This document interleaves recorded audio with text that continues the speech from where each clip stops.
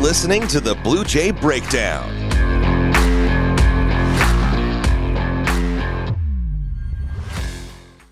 Welcome to the Blue Jay Breakdown. Anna Bellinghausen, Keeler here with you to talk some Blue Jay women's basketball. But first, let me tell you about our partners in the Omaha Supernovas. You can catch them back at home March 14th at the CHI Health Center. You can get tickets. It's Pi Day. I know they're going to run a special, so look out for that.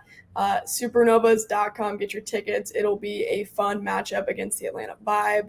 Speaking of fun matchups, we got to see a high-powered offense last night from Creighton, 99-57 win over Xavier. But before we get to that, let's talk their win against Villanova, bouncing back, of course, from that UConn loss, now 2 wins in a row. Starting with that Villanova game, coming back from double digits early in that first quarter. Drake, what kind of resilience did you see from this Blue Jay team to beat a great Villanova squad? Yeah, that was a tough start, down 23-10 after the first quarter. Villanova shot 5 for 7 from 3, started off real hot. And if you remember the first matchup, they did not make a 3. So a little bit different there. Creighton did not make a 3 in that first quarter. I think it was Lauren Jensen and Morgan Molly that were held scoreless, had only taken 2 shots. So, that was really, I guess, jarring a little bit. But, they stormed right back. Tied it up to end the half. It was a really competitive game. Lucy Olsen and Christina Dowsey just really impressive for Villanova. And then, Creighton kind of took control mid-third quarter, had regained the lead, just kept Villanova, went cold from 3. Everyone ended up getting involved as you would expect, and they won that game. They won by 10. I think they held like a 16-point lead.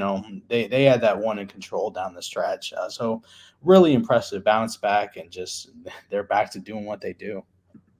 Absolutely. I mean, we saw it last night as well firsthand on senior night at DJ Sokol Arena against Xavier. Of course, a team that hasn't won a conference game all year long, so it's a tough go for Xavier. But when you look at that Creighton team, it was kind of like the epitome of a Creighton basketball performance, just shooting the lights out. There's over 22 assists in that game from Creighton. So just a high-powered offense, and they really showed it off. I think Morgan Molly started like 5 for 5 too. She was great down the stretch, and of course the big 3, and really all the seniors showed out. Mallory Brake was at 10+ points too. What'd you like out of that performance? Yeah, Mallory Brake started the game with a 3. Her second one of the season. Both have come against Xavier, so she's a shooter when it comes to that matchup.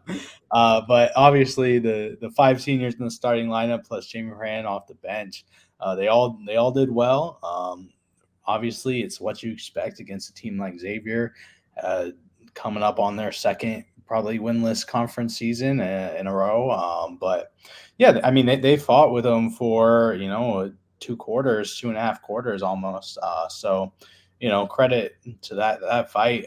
Creighton couldn't really pull away for a little bit, and then third quarter just really broke things open. I think it ended up being like a 22-0 run. Shot over 60% on the game. They were getting what they wanted offensively, and yeah, it was really impressive to see. Of course, Emronzik had a ridiculous stat line, like 25 points, 5+ rebounds, 7 assists, 4 blocks. So everyone was pretty fantastic. Jamie Moran was the last to score, but in Coach Flannery said post game, I think coming out of the one of the last timeouts, they had drawn up a play for her, but they were on the defensive end, so she just steals it, takes it all the way, and then she does get the 3 on the next offensive possession. But yeah, everyone was clicking, of course, so that was really, really fun to watch for sure, to close out the regular season at home. Yeah, we mentioned senior night too. All 6 seniors have the option to return next year. We haven't gotten any official word on the decision from those 6 seniors. Probably won't, of course, until that season's over, wanting to just focus on one day at a time. But how good could this Creighton team be if those 6 seniors come back, Drake? Yeah, I mean, you look at what they've done this year. I mean, the 6 seniors are most of the contributors to this lineup, of course. The big 3 plus Molly Mogensen. Mallory Brake has been fantastic. That's obviously massive. So that is the team that has that option. So Yeah, we'll see what they decide all individually, but even just most of them coming back would be huge for this team. Just so much talent, and coach, I mean, Jim Flannery's done a great job just recruiting them, retaining them, and developing them. We've seen the leap Emma Ronsick has taken this year specifically. So yeah, it's going to be scary for the rest of the Big East should they mostly decide to come back. I'm sure every other Big East team is like, they had another year left. Come on, Yeah. guys, what are we doing? It'll be interesting to watch, but still got to take care of business. This team's ranked 23rd in the country right now. Didn't slip too much from that UConn loss. They were just at 21, go down to 23, but take care of business at Seton Hall. They're already locked up a second seed for that Big East tournament. What do you think they need to do in that Big East tournament, though, to maybe get their chances a little bit higher for a better seed in that tournament? Kind of stuck at that 6 right now. Yeah, it's tough because I think if things just go chalk the rest of the way and they beat Seton Hall, even just get to the Big East championship and lose the UConn, I feel like that they still end up kind of a 6 seed.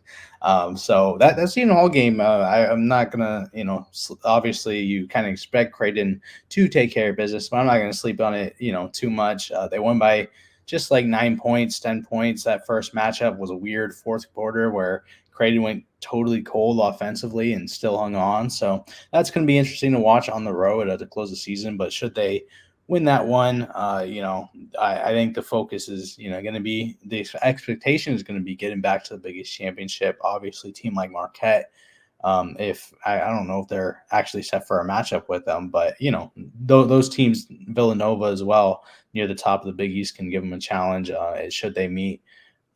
So the goal is going to be getting that third matchup with UConn and hopefully trying to put an even more competitive matchup against them and trying to pull that upset. I want to talk Big East awards too. Where do you think the starting lineup falls in those honors, Drake? Do you see how many first teamers do they got? Yeah, I think you gotta look at the trio of Lauren Jensen, Emma Ronsick, Morgan Molly. I think Ronsick probably has been, you look at the whole season, might be their best player. Just she's been so good offensively, defensively, just does so much, and she's put up so many. They're all going to get their honors for sure. I hope Mallory Brake gets a look for her defensive work, just in those awards, and just it's going to be fun to see where they all land. They'll get their credit. It's going to be a lot of Creighton and UConn players on those lists for sure. Absolutely. Well, Drake, thank you so much for chatting up with some Creighton hoops talk. We'll see you guys next time on the Blue Jay Breakdown and talk some Big East tournament and also March Madness looking ahead. Thanks, Drake.